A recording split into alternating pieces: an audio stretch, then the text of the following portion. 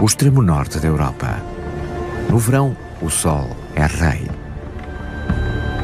Mas os invernos são longos e escuros.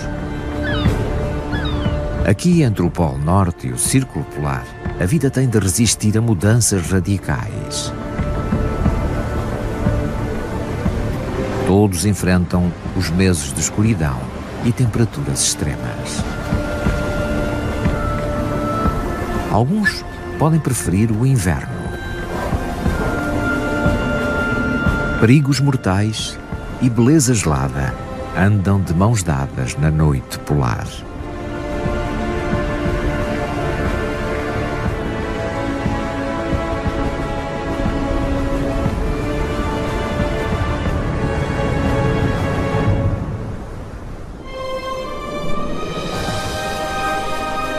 No início do outono, o dia e a noite têm a mesma duração. No extremo norte da Europa, o sol está baixo no céu.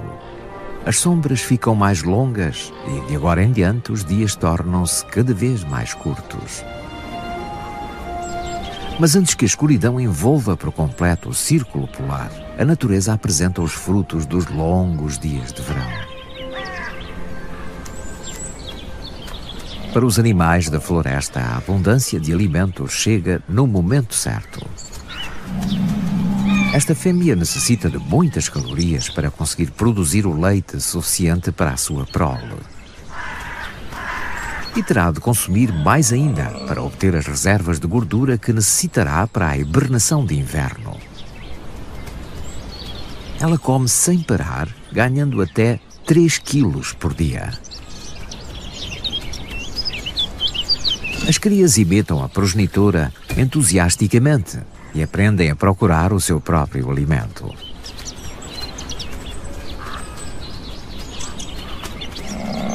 Mantêm-se perto da progenitora e sob a sua proteção. Restam-lhes apenas 2 semanas antes de se retirarem para a sua toca para hibernarem.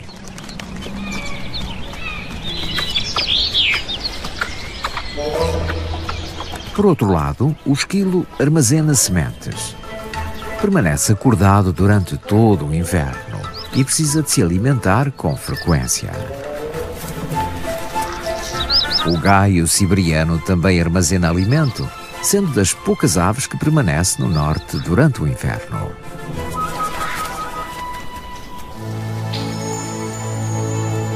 No final de setembro, as horas de sol vão diminuindo. No Ártico, o outono é muito curto. Nas pastagens de verão, o alimento abundou para as renas. No outono, continuam a armazenar as reservas de gordura para o inverno. Em breve o tempo mudará e, quando não restar mais alimento aqui, terão de seguir em frente. Mas ainda há muito com que se banquetear. O alimento abunda também nos lagos da Escandinávia e os cisnes bravos encontram aí tudo o que precisam. Nas margens ainda há muitas bagas.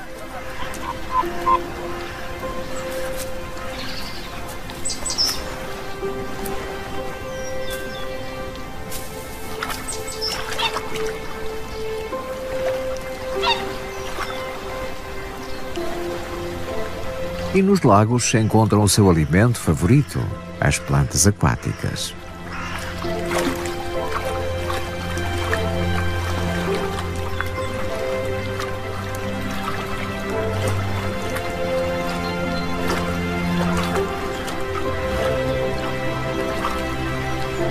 Mas mal os lagos congelem, perdem a sua fonte de alimento.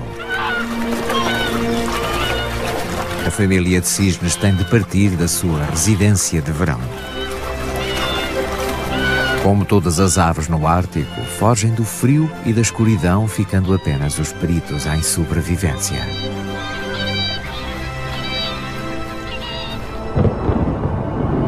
No início de outubro, as temperaturas descem e atingem valores negativos.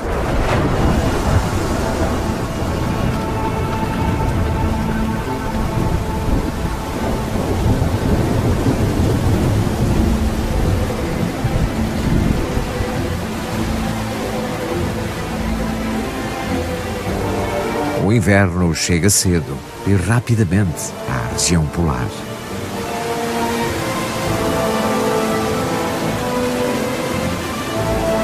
Com as temperaturas a rondar os 0 graus, a chuva transforma-se em granizo, que anuncia o inverno.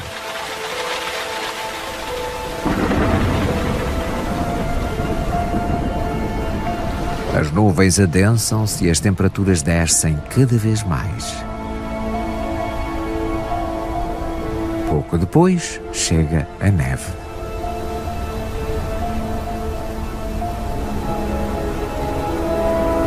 Toda a vida parece ter desaparecido.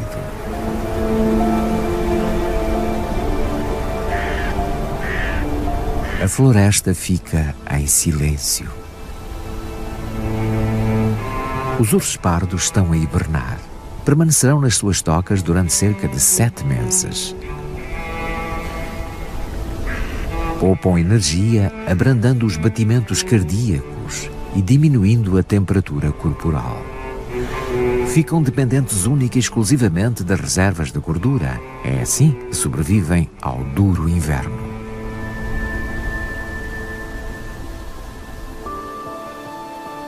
Mas a estação não é apenas escura, gelada e hostil.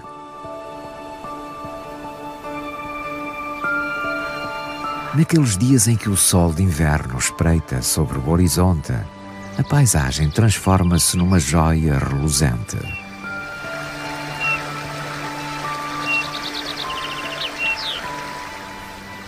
Poucas são as aves canoras que permanecem no norte polar o ano todo.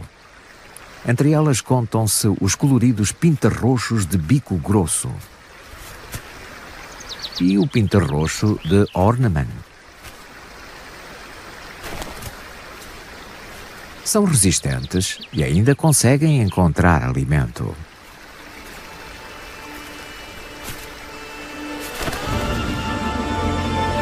Mais para o norte, no polo propriamente dito, a escuridão reina há 4 semanas, desde meados de outubro. Mas mais para o sul, os dias também começam a ficar rapidamente mais curtos. No círculo polar, o sol aparece durante 8 horas apenas.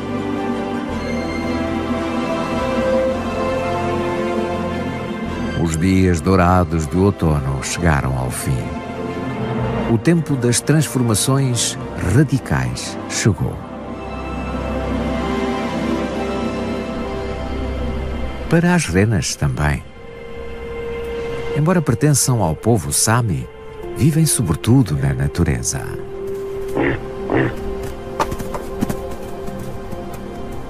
Estão adaptadas a uma vida no frio e na escuridão, e até mesmo no mais árido dos invernos escandinavos conseguem encontrar alimento suficiente para sobreviverem. Embora para isso tenham de percorrer grandes distâncias. Em novembro, pequenos grupos juntam-se e formam grandes manadas. A certa altura, como se uma ordem inaudível fosse dada, a migração para as pastagens de inverno começa.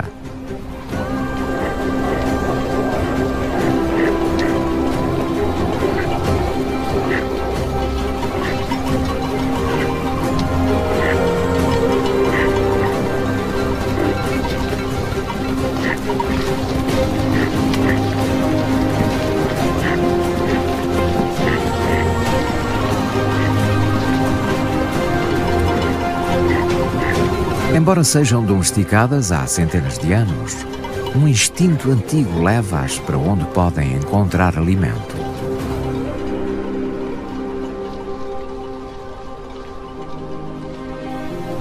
Os extremos sazonais nas regiões polares da Terra são causados por um fenómeno astronómico.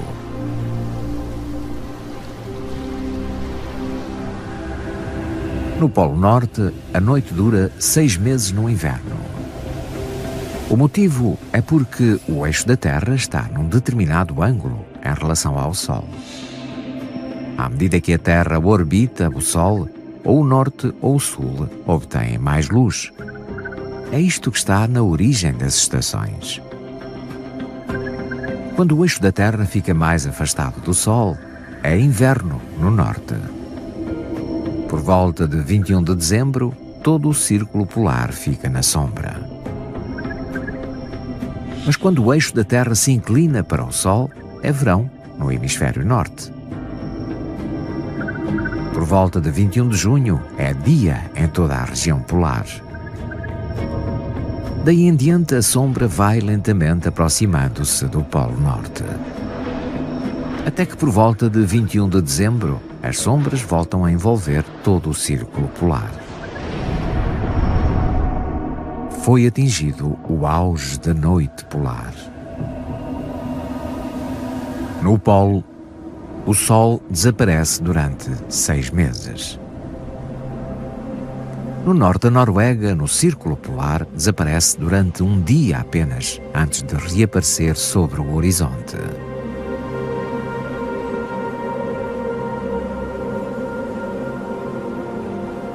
Mas até mesmo os seus raios indiretos conseguem iluminar os céus, criando todos os dias um curto crepúsculo.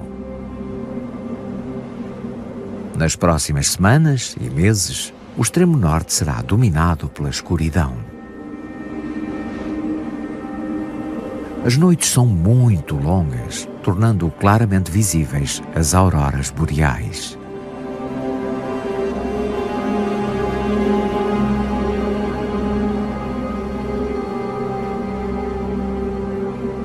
Quando o Sol desaparece, nem sempre as noites são escuras. Nas noites claras, a luz da lua é suficiente para muitos animais encontrarem alimento. Tal como a raposa do Ártico, muitos animais têm os olhos bem adaptados à escuridão. Possuem grandes pupilas e retinas altamente sensíveis. As renas também têm olhos muito sensíveis. E mudam de cor. De verão são castanhos claros e no inverno azuis escuros. Esta mudança de cor faz com que a luz incidente seja distribuída por mais fotorreceptores. Uma adaptação única, nunca antes observada noutros mamíferos. Além de escuro está um frio de rachar. Sem o calor do Sol, as temperaturas estão constantemente abaixo dos 20 graus negativos. Juntamente com os ventos gelados, as condições não podiam ser mais hostis. Como é que os animais e as plantas conseguem sobreviver a um ambiente tão inóspito? O mais importante é conservar calor. E os bois almiscarados fazem-no como mais nenhum animal. São grandes, com orelhas pequenas e membros curtos, ou seja, a superfície corporal é relativamente pequena em relação ao volume. Tudo isso evita a perda de calor. Também têm uma pelagem espessa e longa e uma camada basal de lã com cerca de 10 centímetros de espessura. Uma ampla camada subcutânea de gordura também ajuda a manter a temperatura corporal, pelo que as temperaturas de inverno pouco os afetam.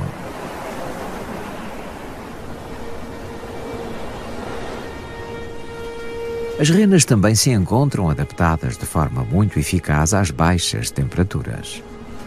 Também lhes cresce uma pelagem espessa e felpuda. Os pelos das renas são ocos.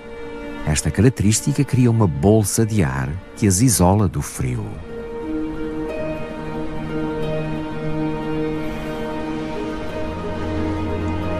Imagens térmicas mostram que pouco calor escapa através da sua pelagem. O nariz da rena é igualmente invulgar. Graças à sua estrutura interna, o ar inalado é aquecido antes de chegar aos pulmões. E é uma zona muito bem irrigada. Pelas imagens térmicas, parece mesmo Rudolf, a rena do nariz vermelho.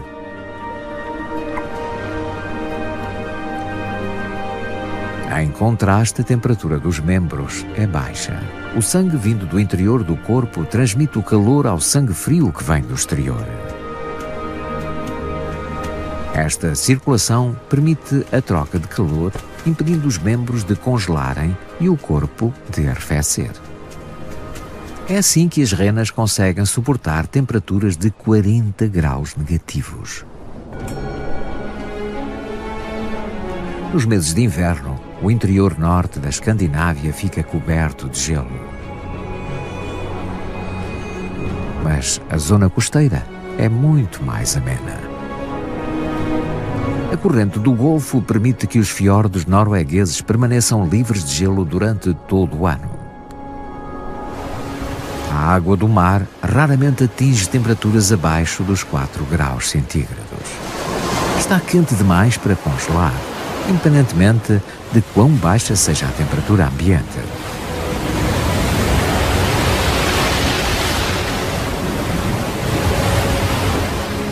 As correntes oceânicas temperadas promovem a existência de uma biodiversidade invulgar, mesmo nestas latitudes. As aves marinhas juntam-se nas baías abrigadas. E as garças chegam, vindas do interior. Com alguma luz, ainda são capazes de encontrar alimento.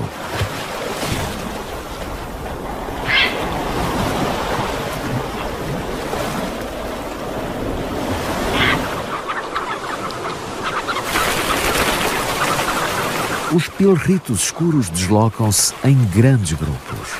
São as únicas aves limícolas que passam o inverno a norte do Círculo Polar.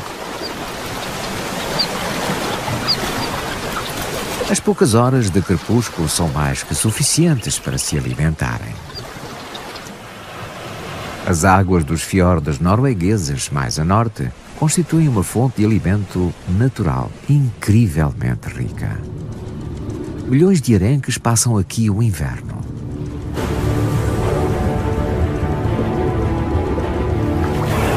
As orcas seguem os enormes cardumes. Durante o inverno, quando a luz escasseia, elas intensificam os seus sinais acústicos para se orientarem e comunicarem umas com as outras durante a caçada. Algumas orcas empurram os arenques até à superfície, onde uma delas os aguarda. Bate rapidamente com a barbatana caudal no cardume. Os peixes ficam atordoados e tornam-se mais fáceis de apanhar. O alimento será mais que suficiente para todas. Durante estes ataques, as orcas matam toneladas de arenques, mas consomem menos de 1%.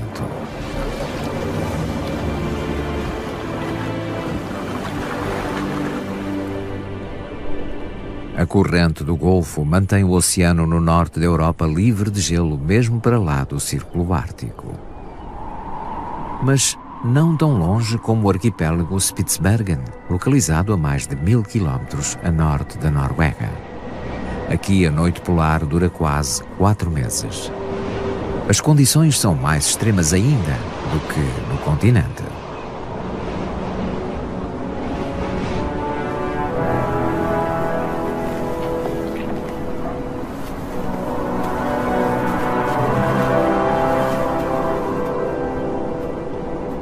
É nesta altura que o urso polar se encontra no seu elemento.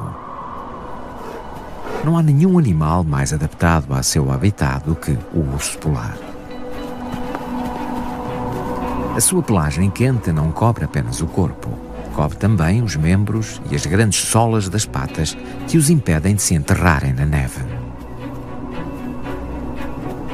Uma camada espessa de gordura isola-o contra o frio, até mesmo com temperaturas de 40 graus negativos. Este jovem macho anda à caça de focas. O mar gelado à entrada do glaciar Spitsbergen é a sua zona de caça.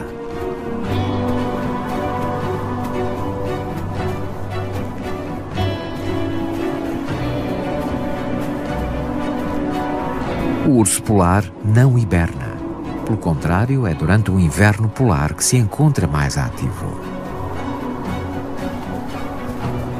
E desde que haja gelo e neve suficientes, o urso polar é o incontestável rei do Ártico.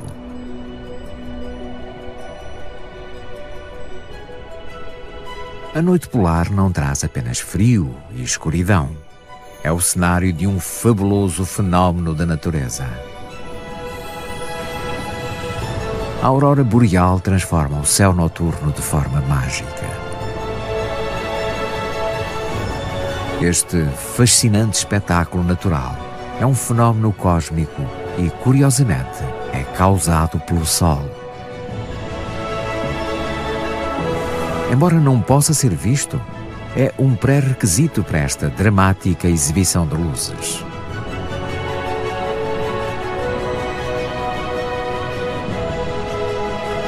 O Sol lança para o espaço grandes quantidades de partículas carregadas, os chamados ventos solares. Quando eles alcançam o campo magnético da Terra, as partículas colidem com os átomos na atmosfera superior e forma-se a aurora boreal.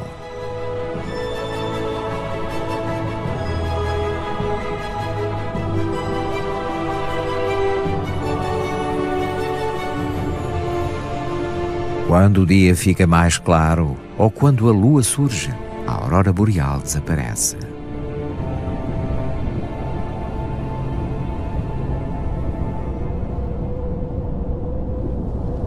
Durante o crepúsculo da noite polar, os animais têm pouco tempo para procurarem alimento. E quando o fazem, a camuflagem é um elemento-chave para a sua sobrevivência. No inverno, a raposa do Ártico exibe uma pelagem branca e densa. Na paisagem coberta de neve, torna-a praticamente invisível às suas presas. Para se proteger dos rigores do inverno, enrola-se mantendo o focinho quente na pelagem. Em condições particularmente inóspitas, a raposa retira-se para a sua toca. As lebres árticas também mudam de cor da sua pelagem, de castanho acinzentado a branco, e ficam praticamente imperceptíveis. Só em movimento podem ser detectadas pela raposa do Ártico. E o perigo também está à espreita do céu. Mas a águia real não tem muito tempo para caçar. Embora tenha uma visão extremamente apurada, durante o crepúsculo ela tem dificuldades em detectar a presa. O lagopo de branco está camuflado quase na perfeição.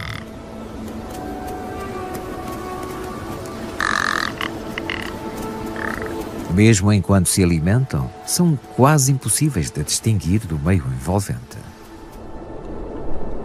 A natureza nem sempre favorece o predador.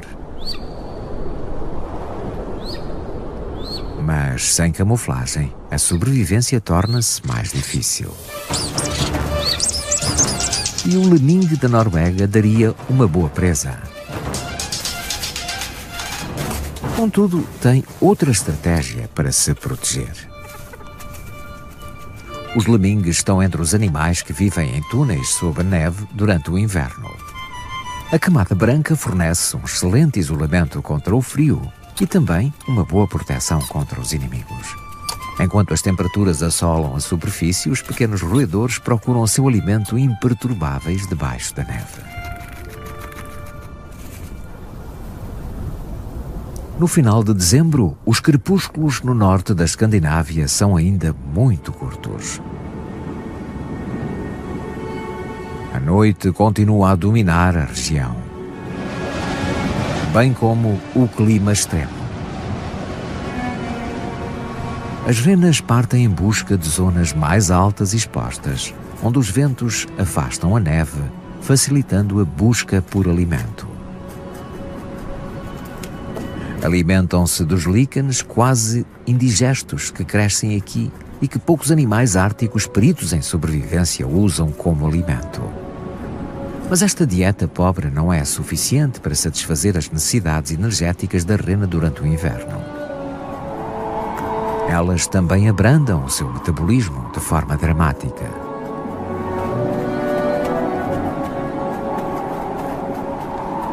E dependem sobretudo das suas reservas de gordura. Apenas aqueles que se alimentaram bem durante o verão serão capazes de sobreviver durante o longo inverno. Os doentes e os fracos têm poucas hipóteses.